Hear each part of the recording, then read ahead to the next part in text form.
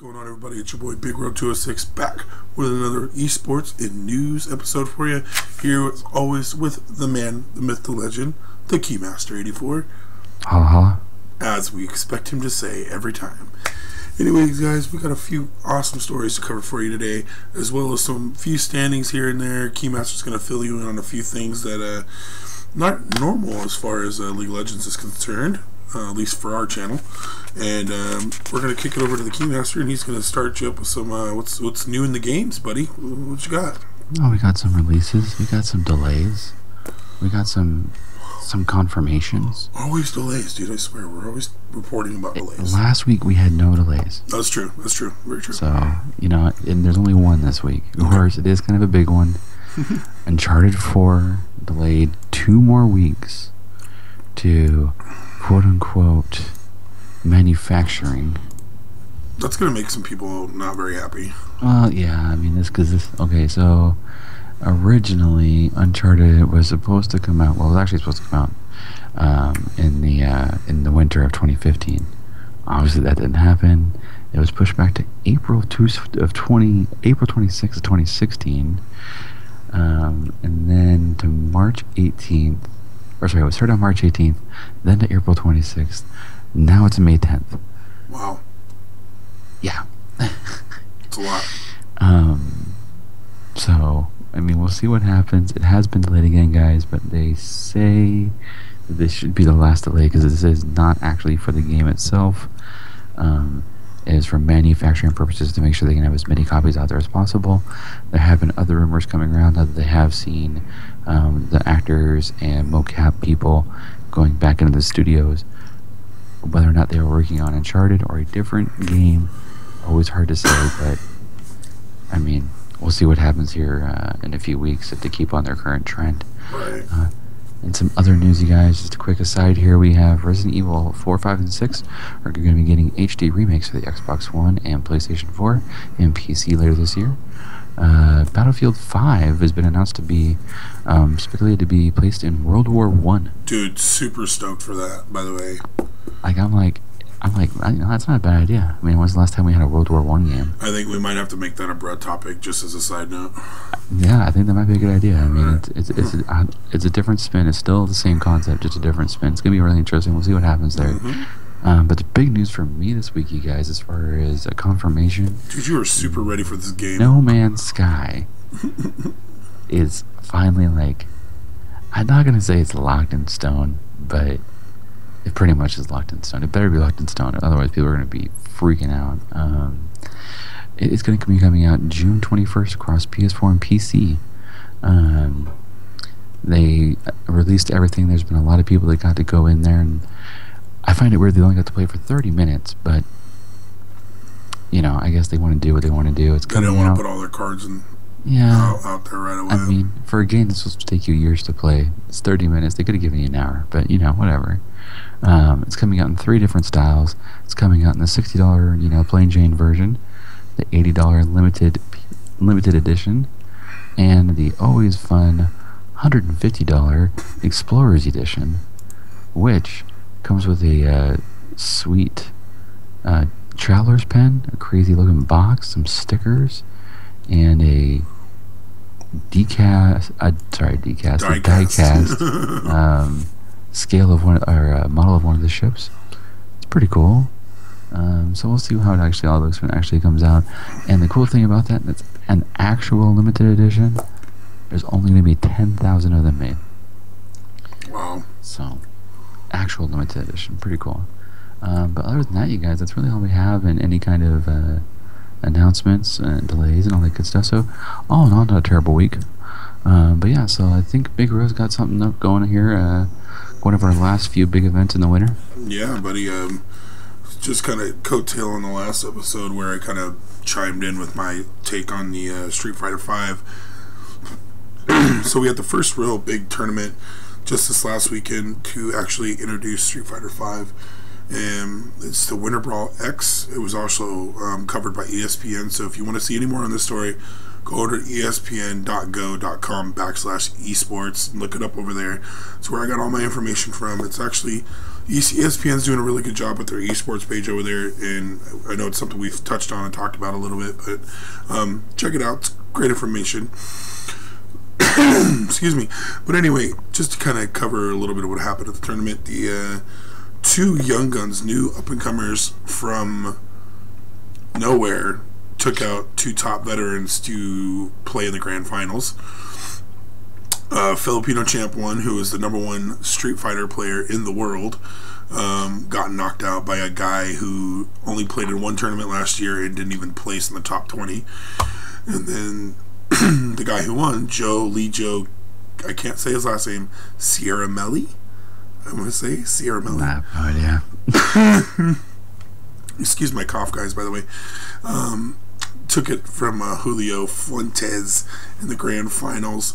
And just a quick note, it looks like Street Fighter V is not also good for the old players, but it's obviously good for new players too. So if you guys have any interest in fighting games, go check them out on Twitch. There's actually a few streamers whose Twitch stream Street Fighter V constantly. I watch them every once in a while when I get bored, and it's actually, I'm thinking about picking up the game. So we're gonna go over to Keymaster, who's got a Xbox and a few other gadgets he'd like to talk about. What you got going on over there, buddy?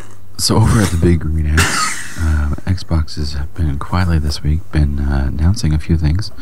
They've announced that the HoloLens is going to be available for pre-orders for the mere price tag of $3,000. Jesus Christ. Well, you know, you got to think about it though. You know, $3,000. People are like, oh my God, that's going to be so expensive. How's anybody going to buy it?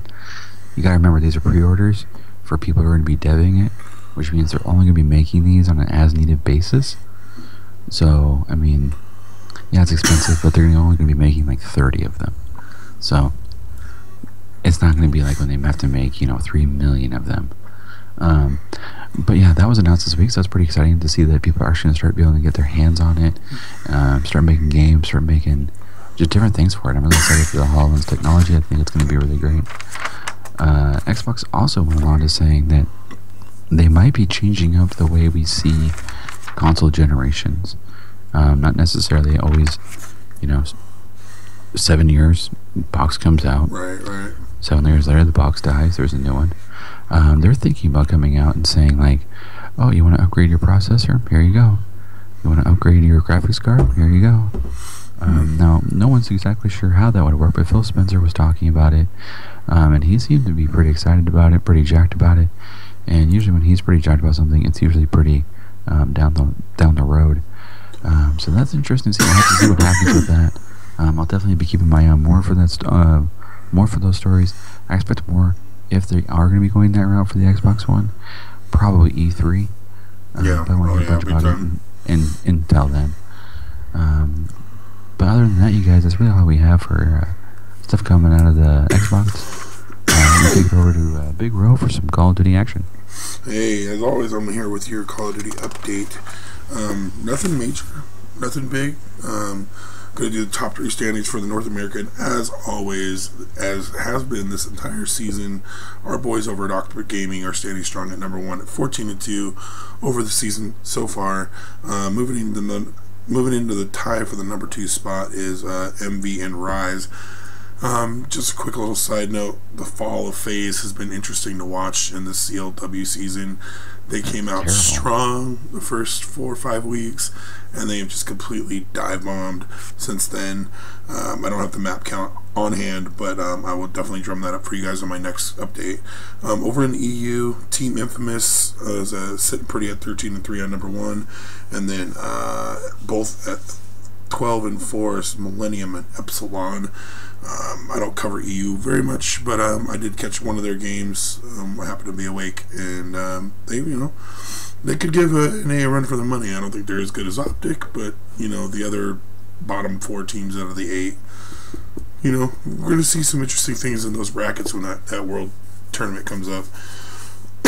And this week in the matches, just some quick spots. On March 1st, our top 3 teams, Optic 3-1 to Luminosity Envy 3-1 Team Solo Mid, and Rise 3-1 Elevate. And then the next day, Rise 3-2 CLG, and then in surprising fashion, the boys over at Optic, the Great Green and Black, 3-0'd MV, which was huge. Not that they were challenging for the number one spot, but that was a big gain on map count and call out. But a notable loss for our boys over at FaZe. They got 3-0'd by H2K. Ouch. Now, H2K is currently standing at number 10 with a record of 7-9. So out of 12 teams, number 10 took out our boys over at FaZe. I think, in the words of Mr. FaZe Banks, better phase up, because Clayster and the boys over there at FaZe and the red team are slipping quite a bit. But I am looking forward to that Call of Duty tournament. Call of Duty's been definitely picking up some traction and gaining a lot of more viewers since Activision picked up a lot more than they assumed were going to be at this point in the league. But, you know, I think they're, so far, Activision's definitely taking the right steps after taking over the season and all the tournaments. Boys could use a couple more weekend tournaments, but Optic has won both 25K UMG tournaments online with one more to go next month. So if they win those out, that's 75 grand on just on 3 online tournaments. It's not a bad day. So anyway, hard to complain. Yeah, hard to complain about that. Anyway, Keymaster, I believe you got some news over there on the Ubisoft front, huh? Yeah, Ubisoft's facing some hard times right now. So Ubisoft Entertainment is looking for some help from some Canadian investors to help prevent a takeover by Vivendi. They used to be a part of Activision. Activision bought them out. Apparently they're wanting to get back into video games. So they have been quietly buying up shares of Ubisoft stock. And it's always hard to say what would happen if Vivendi were to take it over. But Ubisoft doesn't want to really take that risk. So Mr. Gilmore would like some of his Canadian counterparts to step up and make an investment in the company. So we'll see what really happens. I mean, it's still up in the air. No thing's really come out since. But I guess we'll see what happens over the coming weeks. Just, you know, I kind of feel bad for Ubisoft. I feel like they finally started getting things going in the right direction with a lot of their games. Definitely. And I feel like a lot of their games coming out or about to come out are looking really good. So we'll see what happens with all of this. But unfortunately, so if you guys are Canadian fans and you guys get a few bucks laying around, buy a few shares of Ubisoft stocks. That way we can keep Vivendi out of the video games. From running it all over. Yes, exactly. All right, guys. Other than that, guys, sorry about that. It's all good. Other than that, we got some big Star Wars news from Mr. Bro. So, as it was brought to my attention just recently, actually, literally half an hour ago, because the Keymaster is so in tune with all the esports, big or small. Over at EA, Star Wars Battlefront's been out since the fall. As most of you know, it is an online-only multiplayer experience.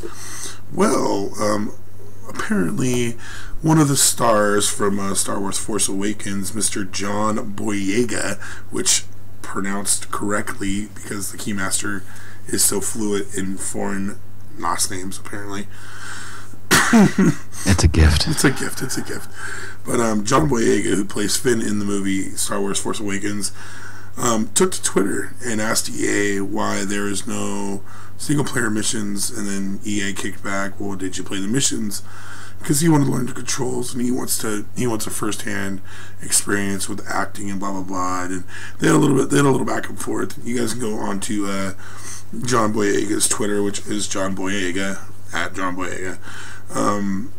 And check out that interaction between him and EA.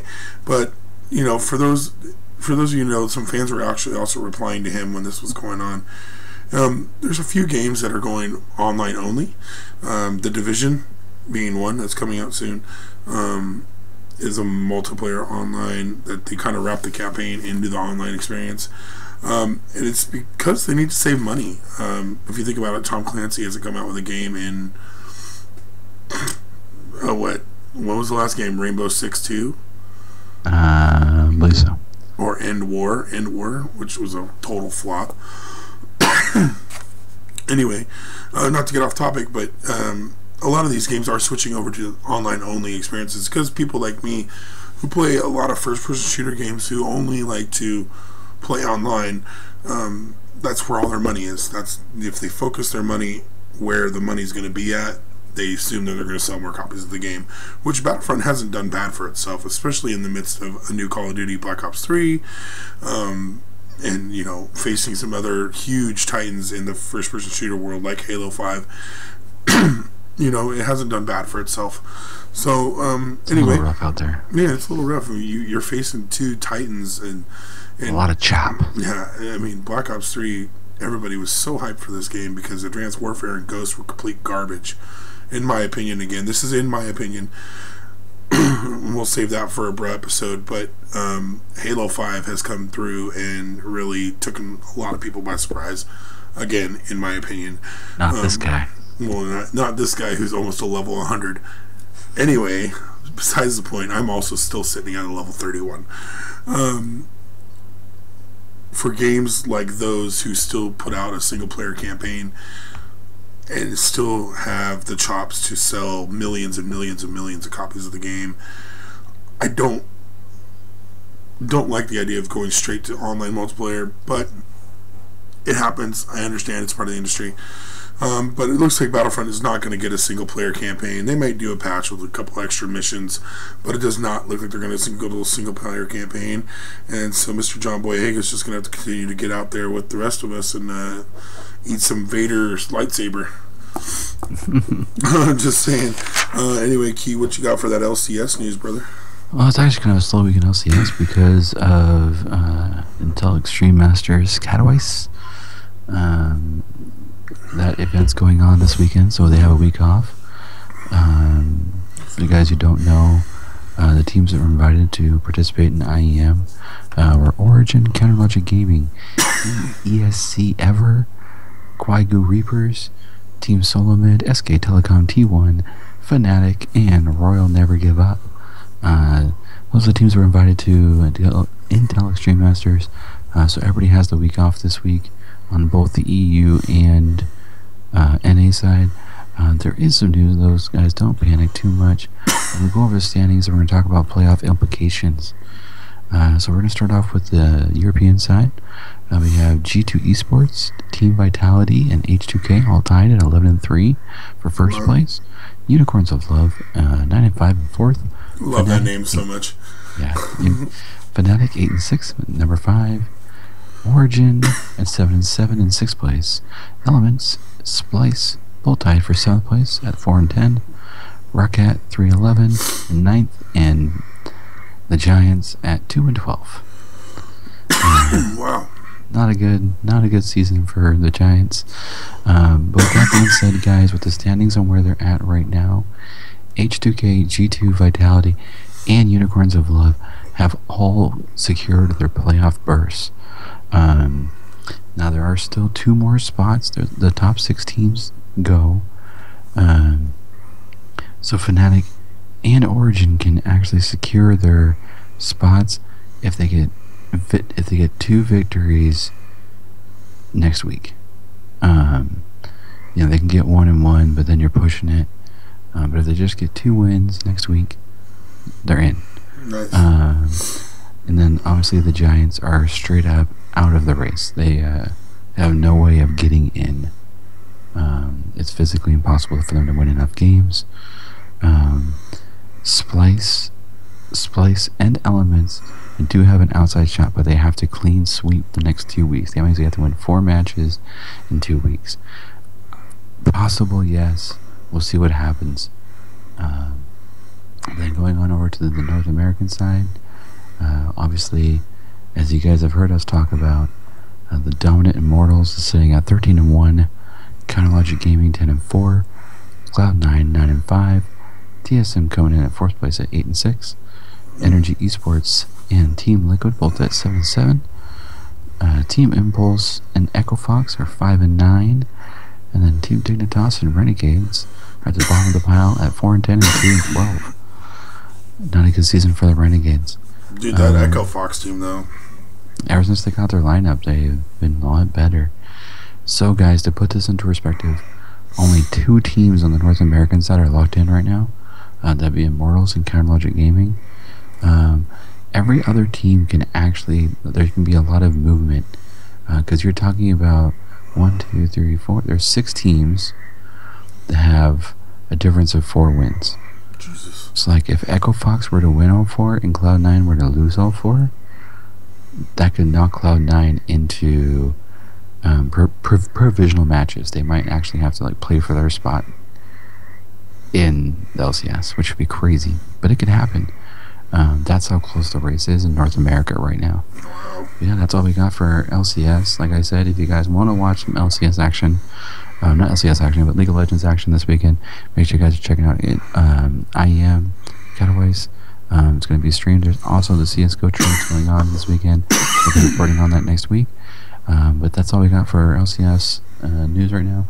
So I believe we have some news going into another new tournament coming about. Whoa. Oh, do we ever? Do we ever? And let me tell you, boys, I'm excited about this one. So, our lovely friends over at Twitch have decided to team up with the creators of Rocket League, Psychonics, to throw a $75,000 tournament. Now, not bad for a $20 game. For a $20 Steam game, which I play a lot of. I'm not very good at it, but you know, if you guys have seen the few Rocket League videos I've posted, I'm okay. So the main goal here, this is coming straight from the Twitch representative who was being interviewed by the people of Daily Dot. Excuse me. The main goal is to build the community and infrastructure for long growth of this very, very weirdly popular game. It was released coming up on like what 6 months ago now, for PS4 and on PC. PC first, and then PS4 was just, I mean, shortly after it was released for PS4. And then this whole, they're calling it the RLCS, the Rocket League Championship Series, just like the HCS, the Halo Championship Series. It's going to be a whole thing. It's going to be a season. It's going to be 3-month-long seasons with teams from North America and Europe. And there's going to be an open qualifier tournament to kick off the season, which is going to be a $55,000 purse. That is not including the $75,000 tournament. That is also not including the season winnings, which is $10,000 per season. So they're starting to grow some money. One guy that I watch on Twitch, I love Twitch when I'm bored and I can't find anything to watch. I love Twitch so much. He plays with the controller, and this guy does aerial hits like he's just a heat-seeking missile. It is crazy. I wish I could do half the stuff that he does. But anyway, if you guys want more information on this Rocket League Championship Series, go over to RocketLeagueEsports.com. It is the front page currently. Like I said, $75,000 tournament, 3-month-long season, open qualifier tournament for $55,000, and Twitch is just backing the boys over there at Psychonics to make this game even better. So if you guys got $20 to throw at your Steam account, definitely a game you want to pick up. I recommend it. Keymaster's played it. We played it together. That's awesome. I've talked to a bunch of people I know into buying it, so definitely a good time killer if you want a good break from whatever games you were playing. But to finish up our evening here on Esports and News, the Keymaster has quite a bit of information going on in our Halo world, and as you know, Keymaster is our resident Halo expert, so I'm going to kick it over to him, and I'll see you guys next week. Peace. Alright guys, so it seems to be a weekly thing we're doing now with Halo closing out the night. A lot of big things actually going down this week in Halo news. Of course, we had the latest update to the game, which brought us all sorts of fun goodies and fun times. So fun. They brought back Assault, they brought in Griff Ball, and they brought in Fiesta. For those of you who don't know, I'm going to do a quick rundown of everything in the update, and then we're going to go into other news. Assault is a bomb game. but they changed it up. Instead of it being rounds, when after the bomb explodes, it literally respawns somewhere else on the map. It's not always in the same spot, so it makes the game a little bit more interesting. And then we have Griff Ball. For the guys that don't know what Griff Ball is, it involves the gravity hammer, sword, and the bomb. And your goal is to get to the other side, into the other team's goal, and score. It sounds easy. Not as easy as it sounds. And then last but not least, Fiesta, which is actually just released this weekend in a social playlist. I've been playing it pretty much non-stop. And you start off with 2 random weapons every time you respawn. I'm talking both weapons. Your primary and your secondary are both random. So you definitely have to make sure you're paying attention to that. Other things that came out in the update, of course, a couple new maps. The new maps are pretty interesting. Yeah, there's a few interesting ones in there. Yeah, pretty. And then, of course, obviously, all the beautiful skins and permutations are really awesome. And they also changed it so you can actually have multiple, instead of it being the harmony shaders for your colors, you actually get to pick all of your own colors now. And then last but not least, something I think that's really cool for Halo to do, being a big company that they are, there was a member of the community, the Great Spartan, lost his daughters, Trinity and Lena, to a fire in their home, and they actually made him a player card with his daughter's initials in the player card. I just want to say that's a big shout out to Halo for doing that. They didn't have to go do that. It is a tragic thing, and unfortunately it did happen, but at least they're able to bring some respect and for a community that the Great Spartan loves. So I think that's really awesome. I just wanted to throw it out there. That's cool. But in more competitive news, we're going to talk about one thing, and then we'll get into the group draw for Worlds.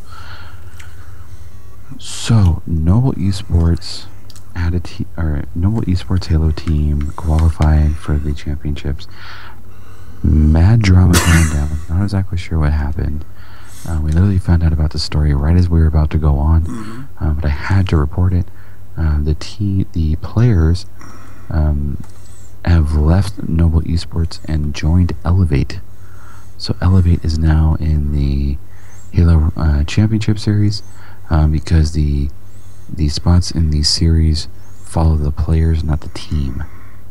So it does not matter what your team name is, just now the 4 players stay together. Right. So that's interesting. Of course, I'm sure we'll have more to report on that later as the story develops. But yeah, to get into the not the group draws, but the Halo World Championship group draw. In Group A, we have Chosen Squad, Excel, Allegiance, and Team Liquid. Group B, we have Infused, Exiles, Evil Geniuses, and Renegades. Group C, we have Immunity, Denial, Fabe, and Elevate. In Group D, we have CLG, Skyfire, Epsilon, and Cloud9. So, I mean, they're fairly even groups. We'll see what happens. That Denial team's a sleeper, let you know. Yeah, so we'll see what happens. Booba-doo-boo. Booba-doo-boo. All I gotta say is Booba-doo-boo. I can't believe you can actually say his name that well. Dude, I watched so many highlights from the HCS, and all they said was Booba-doo-boo the whole goddamn time. Booba-doo-boo. Booba-doo-boo. Yeah, anyway. So we'll see what happens. I'm thinking about doing a Halo World Championship breakdown, but we'll see what happens, you guys. But yeah, that is it for this week in news and esports, you guys. Not a crazy week, but still a lot of good stories out there. But just want to say, you guys, thank you guys for watching. And as always, guys, this is the Keymaster 84 and Big Road 206. And remember, guys, haters gonna hate. We play games to make gains. We'll see y'all next week. Later.